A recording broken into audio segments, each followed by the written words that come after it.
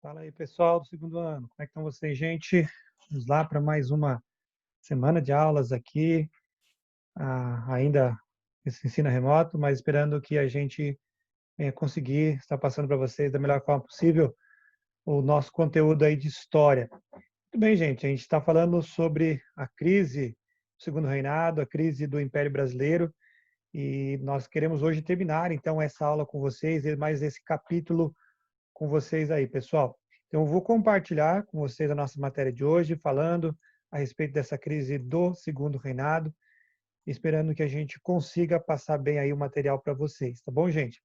Sempre fica aí a lembrança, a cada início da nossa videoaula, das nossas atividades semanais. Nós estamos começando a semana 1 do ciclo 2, no terceiro bimestre, e eu peço a vocês aí que, por favor, se atentem em alguns detalhes. Assistam a videoaula, galera, peço a vocês aí que assistam essa videoaula, gastem esse tempinho para assistir essa pequena videoaula para ajudá-los na compreensão da matéria, tá bom? Depois eu peço a vocês a leitura das páginas 51 a 54 da apostila 8, capítulo 3 ainda. Tá legal, galera? E faça as atividades da página 56 da apostila 8, capítulo 3.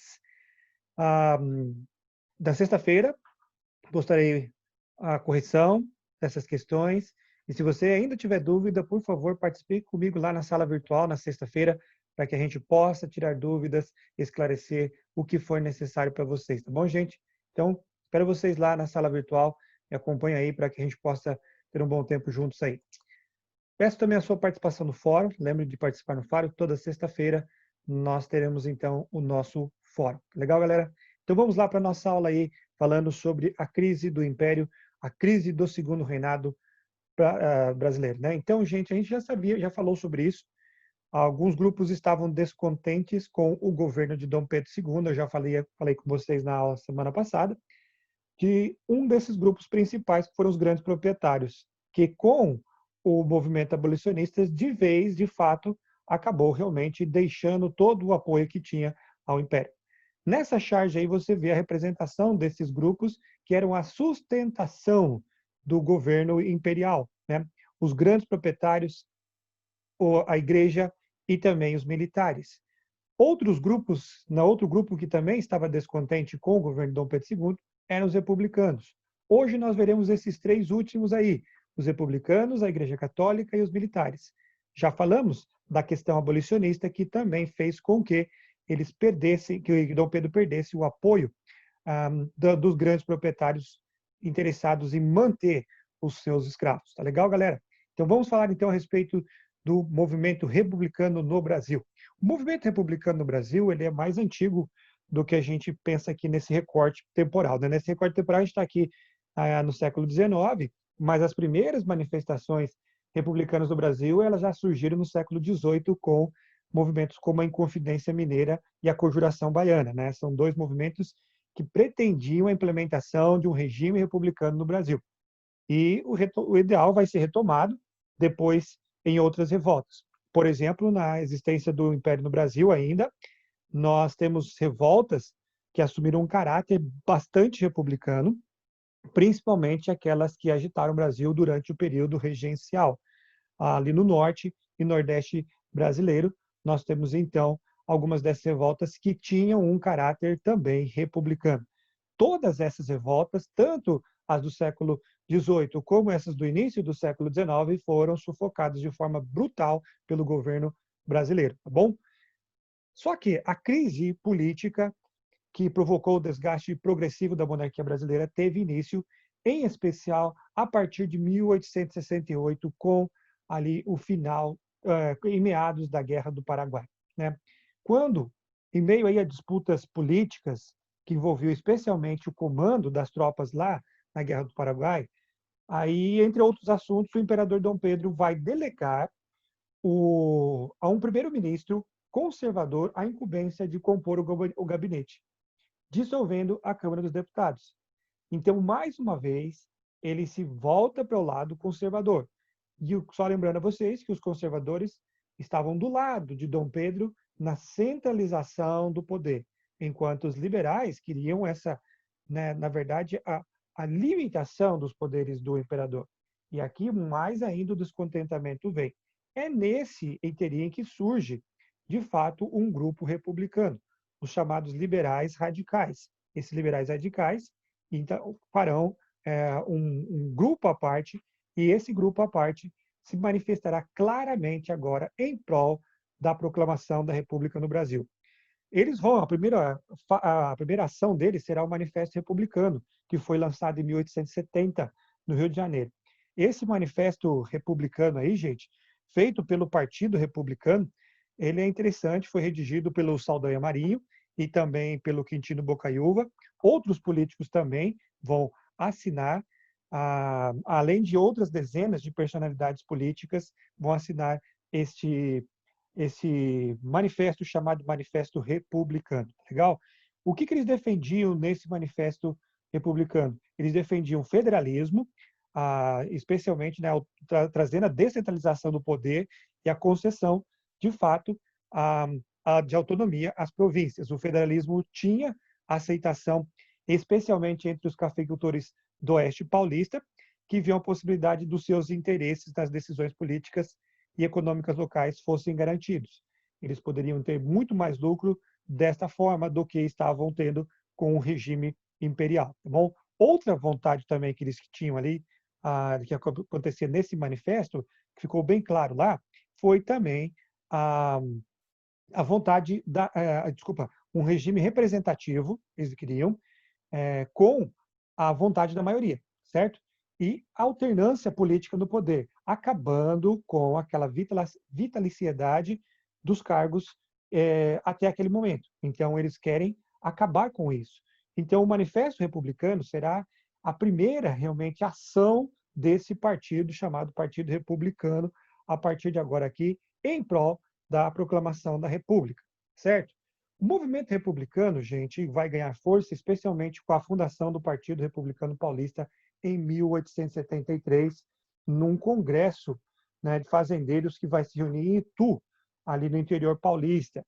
Eles anunciam a criação do Partido Republicano Paulista e, a partir de então, o Partido Republicano vai ganhar muita força, apoiado no poder aí, especialmente do poder econômico dos cafeicultores do Oeste Paulista, que estavam no auge do seu poder na história, nesse recorte temporal brasileiro. Tá bom, gente?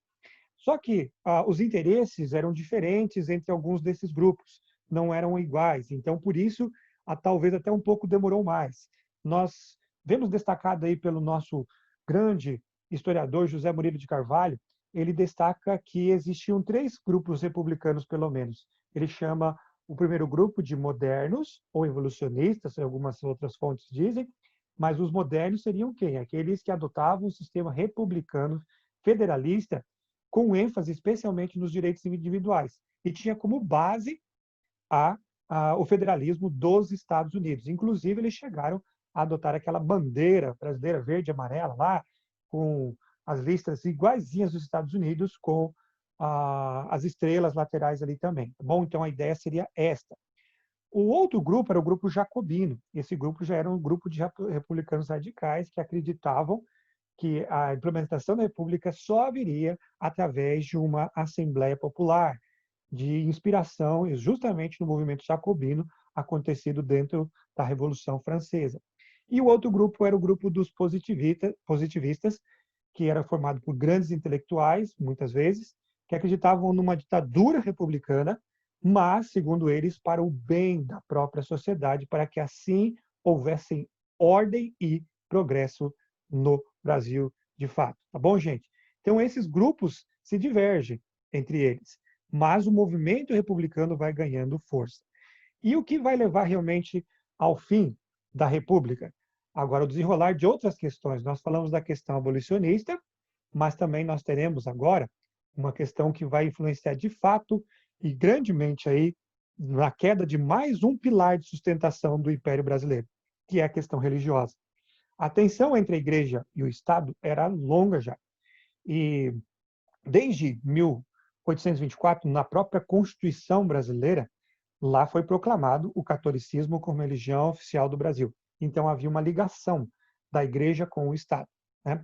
E aí, o que acontecia? A Constituição, ela acabou prevendo algumas leis que davam certo poder ainda maior ao imperador de controlar a igreja.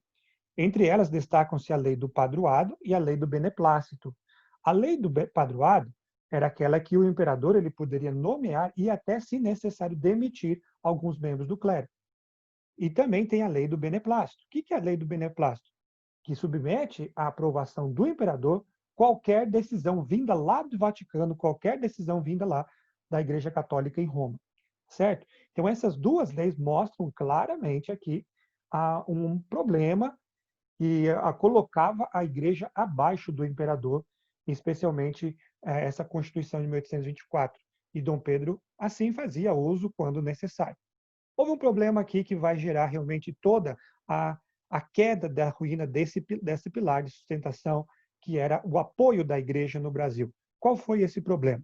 O problema foi o seguinte, gente. Em 1869, o Papa Pio IX, ele faz um decreto. E esse decreto, lá em Roma, dizia o seguinte: agora está proibida a presença de católicos na maçonaria. Proibido. Não tem mais como ter católicos dentro da maçonaria. Só que tem um problema muito grande aqui nessa questão. Qual o problema de fato? Né? O problema é que muita gente era maçom no Brasil e muita gente ligada ao Império Brasileiro. Aí, dois bispos, né? O bispo de Olinda e o bispo de Belém, o Vital Maria Gonçalves de Oliveira e o Antônio Macedo da Costa, respectivamente de Olinda e Belém, no Pará, eles resolvem colocar em prática a ordem do Papa Pio IX, de excluir os maçons da igreja. E eles fazem isso. Agora, como eu disse para vocês, membros da grande influência no Brasil, inclusive, muitos livros dizem isso, né, que Dom Pedro II também era maçom. E aí está o grande problema. Né? A bula não foi ratificada baseada na lei do beneplácito. O imperador diz o seguinte: eu tenho que ratificar esta lei. Como eu não concordo com ela, então ela não vai ser ratificada no nosso Brasil. E aí, baseado na lei do padroado, ele vai lá e manda prender os dois bispos, o Vital Maria Gonçalves e o Antônio Macedo da Costa. Tá certo? Então veja o que acontece. Com isso, né, há uma tensão muito grande entre a igreja e o Estado. Em 1875, aí, através da intervenção do Duque de Caxias, que era maçom também, para você ter ideia, primeiro ele vai, os bispos vão receber o perdão imperial e vão ser colocados em liberdade. Mas o estrago já estava feito. A igreja, né, já estava realmente totalmente descontente com o imperador e decreta o fim do seu apoio ao império. Né? Então você percebe que o segundo pilar de sustentação começa a ruir. O primeiro, que eram os grandes proprietários, agora nós temos aqui a igreja também deixando o seu apoio ao império. O outro pilar de sustentação está com os militares, e nós temos a questão militar. Após, então, a Guerra do Paraguai, os militares vão ganhar muita força, gente, e eles começam a querer maior participação nas decisões políticas do Estado brasileiro. Aí os militares do Exército Brasileiro estavam descontentes com algumas ordens vindas do imperador, especialmente. Por exemplo, a proibição imposta lá, na qual todos os oficiais brasileiros não podiam se manifestar na imprensa sem uma autorização do ministro da Guerra. Então, eles ficaram como se fossem, né, atados aqui de falar qualquer coisa. E a Guerra do Paraguai, além, né, de dar mais poder e de trazer maior confiança ao exército brasileiro, também fez com que eles tivessem ligação com os países vizinhos que tinham, dentro da sua organização, ideais republicanos. E aí percebe-se também uma desvalorização da própria monarquia da carreira militar, né? E assim vai se acentuando cada vez mais a tensão entre os militares e o Estado. O resultado foi claramente a percepção, né, por parte dos militares, de que não havia valorização do exército brasileiro. O que dava maior atenção, né, a monarquia dava maior atenção à Marinha brasileira. Então, vocês veem através dessa charge república, vou ver. Eles acabaram deixando o seguinte, olha, aqui que nós vamos fazer um regime que não quer saber de nos apoiar. Nós vamos apoiar outra coisa, que seria a república. O terceiro e último pilar de sustentação está também ruído. Grandes proprietários, também temos os membros da igreja e agora os militares. E o Partido Republicano ganhando força, nós temos então a conjuntura ideal para a proclamação da República no Brasil. Então, tudo isso, gente, leva cada vez mais a essa proclamação. Falei para vocês a respeito disso, né? E aí a conspiração já estava praticamente formada para depor o governo imperial e assim proclamar a República. A participação de Deodoro da Fonseca foi essencial nesse sentido. No dia 2 de novembro, o Benjamin Constant, Quintino Bocaiúva e Rui Barbosa, eles vão procurar o Marechal Deodoro da Fonseca para tentar convencer ele a entrar dentro dessa conspiração para retirar Dom Pedro do poder e estabelecer a República. Só que dizem, né, que o Deodoro ele era amigo pessoal de Dom Pedro II e ele relutou em participar nisso. Mas, como já haviam, né, comentado, já começaram a surgir vários boatos de que o Deodoro da Fonseca seria chamado para realmente ser preso devido à sua atuação e beneficiando mais os membros do Exército do que o Estado. Então, ele resolve aderir ao movimento desta forma. Em 15 de novembro, nós vamos ver, então, que as tropas, sob o comando de Marechal Deodoro, vão prender o ministro, né, de Ouro Preto e vão desfilar pela cidade. E a população certamente ficou muito surpresa e sem saber o que estava acontecendo. E à tarde, isso aconteceu na manhã de 15 de novembro, à tarde estava proclamada a República do Brasil. É interessante notar aqui, cito ali para vocês, justamente as palavras do jornalista Aristides Lobo, que nascia assim sem participação popular a República no Brasil. Uma conspiração, de conspiração, Aristides Lobo iria mais tarde, um dos ideais, um dos participantes, né, na conspiração, Aristides Lobo, ele diria mais tarde o seguinte: o povo assistiu a tudo bestializado. Ele assistiu a tudo bestializado, pensando estar participando de uma parada militar. Interessante que essa imagem que está aí embaixo não parece isso, né? Parece que o povão está clamando pela a proclamação da República. Lógico, gente, essa representação é uma representação que difere daquelas da realidade. Porque nessa representação aí, que você inclusive encontra lá no seu livro, na sua apostila, perdão, na página 53, você vê lá Deodoro da Fonseca bem no centro ali, envolto da população, sugerindo assim a participação popular no ato.